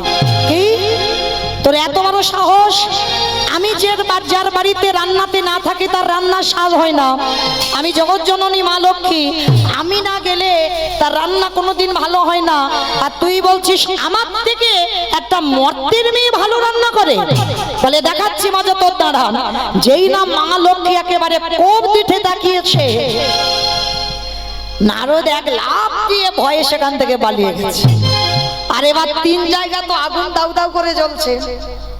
মা সাবিত্রী, মা দুর্গা আর মা লক্ষ্মী, 3 দেবী এক জায়গা হয়েছে। দিদি, দিদি, হ্যাঁ বল। আরে নারদ এসেছিল? হ্যাঁ এসেছিল। তার মানে ওই ব্যাটা এসে আমাদের লাগিয়ে গেছে। আরে মর্তের মাটিতে একটা নারী, সে আমাদের থেকে কি করে ভালো রান্না করে? আমরা দেবী, আর সে মর্তের একটা মানবী, আর একজন মানবী হয়ে আমাদের থেকে ভালো রান্না করবে, এটা তো আমি মেনে নিতে পারি না। জগৎজননী মহামায়া দুর্গা মনে মনে করছে, তাহলে কেমন সতী, কেমন রান্না করে, আমাকে তো একবার দেখতে হবে। মহামায়া কি করেছে? মা তার মায়ার দ্বারা একটা ব্রাহ্মণ বেশ ধারণ করেছে, তার মায়ার অভাব নাই। এইবার ব্রাহ্মণ রূপ ধরে অনুসবার ঘরে গিয়ে বলছে, ভিক্ষাং দেহি। অনুসবা ছুটে বেরিয়ে এসেছে। কে বাবা আপনি? খেতে দিবি মা? কদিন ভোর ভালো করে খাওয়া হয়নি, তোর বাড়িতে এসেছি, দুটো খেতে দে। বাবা অবশ্যই দেব, কিন্তু বাবা যে সময় আপনি এসেছেন আমার এখনো স্বামী সেবা হয়নি। আমার স্বামী সেবাটা দিই, স্বামী সেবা দিয়ে আমি আপনাকে সেবা দেব। অসম্ভব, আগে অতিথি সেবা, তারপরে তোমার স্বামী সেবা। আমি জানি বাবা, আগে অতিথি সেবা, তারপরে অন্য কিছু, কিন্তু আমার বেলায় নয়। আমার সংকল্প আগে আমার পতি সেবা হবে, তারপরে আমি যেই আসুক না কেন তাকে সেবা দেব। এমনকি আমার পতি সেবা করে তারপরে ভগবান সেবা দিই, তাই আমি পারবো না। তাতে আপনি যদি অভিশাপ দেন আমি মাথা পেতে নেব, কিন্তু আমি আমার সংকল্প থেকে নড়বো না। আজকে আমার স্বামী সেবা দেব, তারপরে আমি আপনাকে সেবা দেব। মহামায়া মনে মনে চিন্তা করলো, এত বড় শ্রদ্ধা, কারণ ও জানে না আমি কে এসেছি। বেশ, আমি অপেক্ষা করব, আমি দেখব ও প্রতি সেবা করে কি আমরা আমার সেবাই দিতে পারে, দেখতে চাই। স্বামী সেবা করলো। পত্রীমণি বলছে, অনুসুবা, একটা দিন তুমি একটা কাজ করো না, কে হয়তো কোনো দেবদেবী বা কোনো ছদ্মবেশে তো আসতে পারে, তুমি একটা দিন আমার সেবা একটু পরে হবে, তুমি অতিথি সেবা দাও। না স্বামী, তুমি ভুলে যাচ্ছ, এটা আমার সংকল্প, আমি তোমার চরণ সেবা করে তারপরই জগতে অন্য কিছু কাজ। তাতে আমার অভিশাপ নিয়ে যদি আমাকে নরকে যেতে হয় আমি যাব, কিন্তু প্রতি সেবার বাইরে আমি আগে কিছু করব না। দেখো তুমি যেটা ভালো বোঝো করো।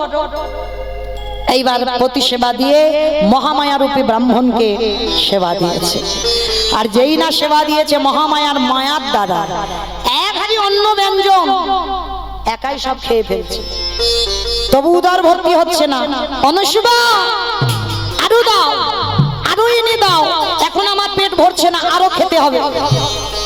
অনুসুবা ঘরের মধ্যে গিয়ে দেখছে একটা অন্ন ব্যঞ্জন কিচ্ছু করে নেই, সর্বনাশ, এবার আমি কি দেব? ওদিকে অতিথি ক্ষুধায় কষ্ট পাচ্ছে, স্বামীর কাছে ছুটে গেছে। স্বামী, এ মনে হয় কোনো রাক্ষসী বা দেবদেবী কে এসেছে জানি না, এত এত অন্ন ব্যঞ্জন দিচ্ছি তবু সে সব খেয়ে ফেলছে। পত্নীমণি রেগে গেছে, আমি বারবার তোমাকে বলেছিলাম তুমি অতিথি সেবা একটা দিন করো, তুমি তোমার জেদ বজায় রেখেছো, তোমার সংকল্প বজায় রেখেছো, এবার কি করবে করো, আমি কিচ্ছু জানি না। স্বামী মুখ ঘুরিয়ে নিল। অনুসুবা বলছে, বেশ,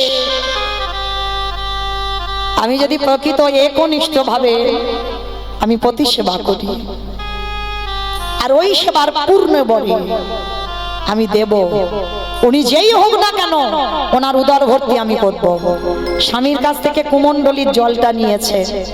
বাবা, এমনই দুর্ভাগা কপাল, চাল ডাল তো নেই ঘরে, একটা জ্বালানি কাঠও নেই, শূন্য হাঁড়িটা বসিয়েছে উনানে, কাঠ চাল ডাল কিচ্ছু নেই, তাহলে কি করে অন্ন ব্যঞ্জন হবে?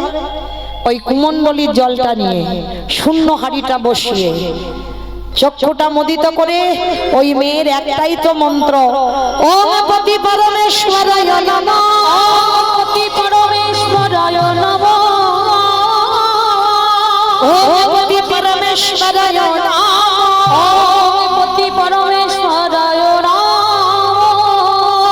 ওম পতি পরমেশ্বরায় নমঃ,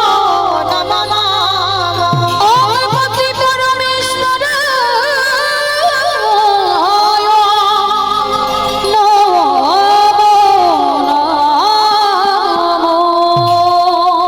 যেই না কুমণ্ডলীর জল শূন্য হাঁড়িতে ছিটিয়ে দিল, অন্ন ব্যঞ্জন ভরপুর হয়ে গেল। ওই একটাই মন্ত্র জানা ছিল অনুসুবার, ওম পতি পরমেশ্বরায় নমঃ, আর বলতেই অন্ন ব্যঞ্জন পরিপূর্ণ হয়ে গেল। এমন ভগবানের কৃপা। তাড়াতাড়ি করে মহামায়ার কাছে গিয়ে যত খেতে চাচ্ছে মহামায়াকে তত দিচ্ছে, আর খেতে খেতে মহামায়া নিজেই ক্লান্ত হয়ে পড়েছে। আর ক্লান্ত হয়ে আর যখন খেতে পাচ্ছে না, এবার আসন থেকে মহামায়া অন্তর্ধান হয়ে গেল। অনুসুয়া চমকে উঠেছে, এ কি? আমি ঠিক বুঝতে পেরেছি কোনো রাক্ষসী বা দেবদেবী হবে, আমাকে তো ধরা দিল না, চলে গেল। মহামায়া সেখানে গিয়ে লক্ষ্মী সাবিত্রীকে ডেকে বলছে, দিদি দিদি তাড়াতাড়ি আয়। ও যেমন তেমন মেয়ে নয়, ওই এতটা স্বামী ভক্তি, এতটা স্বামী সাধনা করে। আমি এত এত খাবার খেতে চেয়েছি, যত চেয়েছি ও তত দিয়েছে, কি করে পারলো? যে মেয়ের কোনো মন্ত্র জ্ঞান নেই, কোনো শাস্ত্র জ্ঞান নেই, কোনো তত্ত্ব জ্ঞান নেই, শুধু স্বামী সেবা করে, তার এত ক্ষমতা আসে কোথা থেকে? তাহলে আমিও জগৎ জননী মা দুর্গা, আমি সবার মা, আমিও দেখতে চাই ও কি করে আমার মায়া থেকে ও উঠতে পারে, কি করে ও সমাজে প্রতিষ্ঠিত পায়, যে মর্তের মাটিতে মহাসতী। আমিও দেখব। এইবার আবার দ্বিতীয়বারে পরীক্ষা শুরু করলো মহামায়া। অত্রিমণি অনুসুবা দুজনের সংসার। অনুসুবা বলছে, স্বামী রান্না করব, একটু কাঠ নেই, তুমি একটু যাও জঙ্গল থেকে দুটো শুকনো কাঠ এনে দাও। ঠিক আছে অনুসুবা, ততক্ষণে তুমি অন্য কর্ম করো, আমি এনে দিচ্ছি। অনুসুয়ার কথা মতো অত্রিমণি গেল জঙ্গলে কাঠ কুড়াতে। আর এদিকে মহামায়া ছদ্মবেশে এক সাধু রূপ ধরে ওই জঙ্গলের যে রাস্তা দিয়ে যাবে রাস্তার পাশে বসে আছে ধ্যানাস্ত।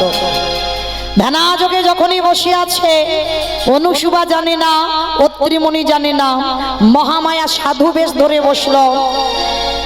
আর অত্রিমণি কাঠের বোঝাটা বেঁধে সবে না মাথায়তে তুলেছে, মহামায়ার মায়ার দ্বারা বাবা শরীর হয়ে গেল একেবারে ক্ষীণ। হঠাৎ শরীরে বল ক্ষমতা আর পাচ্ছে না। একই আমার চরণ দুটো আর চলছে না, আমার শরীরে আর কোনো ক্ষমতা, আমার শরীরে কোনো আর বল শক্তি পাচ্ছি না। কেন এটা কি করে হচ্ছে? অনুসুয়া, আমার তো কোনোদিন এমনও হয় না, সবটাই মহামায়ার মায়ার দ্বারা হচ্ছে। আর ওই কাঠের বোঝাটা নিয়ে আস্তে আস্তে টলমল করতে করতে আসছে, আর আস্তে আস্তে ওই মাথা থেকে কাঠের বোঝাটা একেবারে সাধু রঙে পড়ে গেল। আর যেই সাধু রঙে পড়ে গেল, ধ্যানস্থ অবস্থায় সাধু অভিশাপ দিল, অপদার্থ, তোর এত বড় স্পর্ধা, তোর এত বড় সাহস, তুই আমার তপস্যা ভঙ্গ করে দিলি। এই মুহূর্তে আমি তোকে অভিশাপ দিলাম, তোর সর্বাঙ্গে হোক গলিত কুষ্ঠ ব্যাধি। চরণে আছাড় খেয়ে পড়ল। বিশ্বাস করে বাবা ঠাকুর, আমি অন্যায় করিনি, আমি অপরাধ করিনি, আমি ভালো মানুষ ছিলাম। হঠাৎ না জানি আমার কি হলো, শরীরটা ক্ষীণ হয়ে গেল, বল শক্তি চলে গেল, আর কে যেন আমার মাথা থেকে কাঠের বোঝাটা ফেলে দিল। বিশ্বাস করো আমি কোনো অন্যায় করিনি। পা ছেড়ে দে, পা ছেড়ে দে, পা ছেড়ে দে। অভিশাপ দিলাম, শুধু কুষ্ঠ ব্যাধি নয়, আজকে থেকে দিন গুনতে থাক। 1 মাস পর সূর্য উদয়ের সঙ্গে সঙ্গে তোর যখনই আকাশে সূর্য উঠে যাবে, 1 মাস পর তোর মৃত্যু হবে হবে হবে। অনুসুয়া,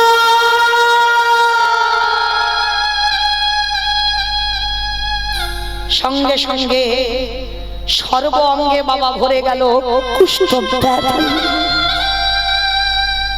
সঙ্গে সঙ্গে সর্বাঙ্গে বড় বড় ফসরা, পুঁজ রক্ত ঝরে ঝরে পড়ছে। কাঠের বোঝাটা ফেলে দিয়ে কোন রকমে প্রাণটা নিয়ে ওই জঙ্গল থেকে হাঁটতে হাঁটতে যাচ্ছে। অনুসুয়া, অনুসুয়া, অনুসুয়া। যেই না দরজায় শুনতে পেয়েছে অনুসুয়া, এ কি আমার স্বামীর কণ্ঠস্বর, কোনোদিন তোমায় এমন করে ডাকে না। পাগলিনীর মতো সব কাজ ফেলে রেখে ছুটে গেল দরজায়, আর গিয়ে দেখে না স্বামীর সর্বাঙ্গে পুঁজ রক্ত ঝরে ঝরে পড়ছে। চমকে উঠল স্বামী, এটা কি করে হলো তোমার? তোমার সর্বাঙ্গে পুঁজ রক্ত কি করেছো তুমি? অনুসুয়া, কিছু বুঝতে পারলাম না। আমি তো তোমার কথা মতো জঙ্গলে কাঠ কুড়াতে গেলাম, এক সাধু বসেছিল জঙ্গলের পাশে। আমি জানি না কি করে হলো অনুসুয়া, আমার হঠাৎ যেন শরীর ক্ষীণ হয়ে গেল, হাঁটতে চলতে পারছি না, আর মাথা থেকে কাঠের বোঝাটা সাধুর গায়ে পড়ে গেল। সাধু আমায় অভিশাপ দিয়েছে, আমার সর্বাঙ্গে হবে গলিত কুষ্ঠ ব্যাধি। শুধু কুষ্ঠ ব্যাধি নয়, 1 মাস পর সূর্য ওঠার সঙ্গে সঙ্গে আমার মৃত্যু হয়ে যাবে। না বলো না, আমি সহিতে পারি না,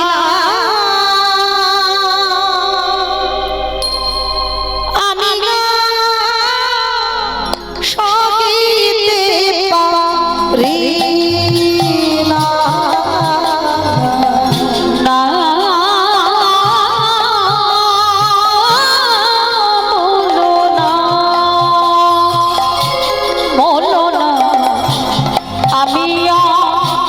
চুপ করো।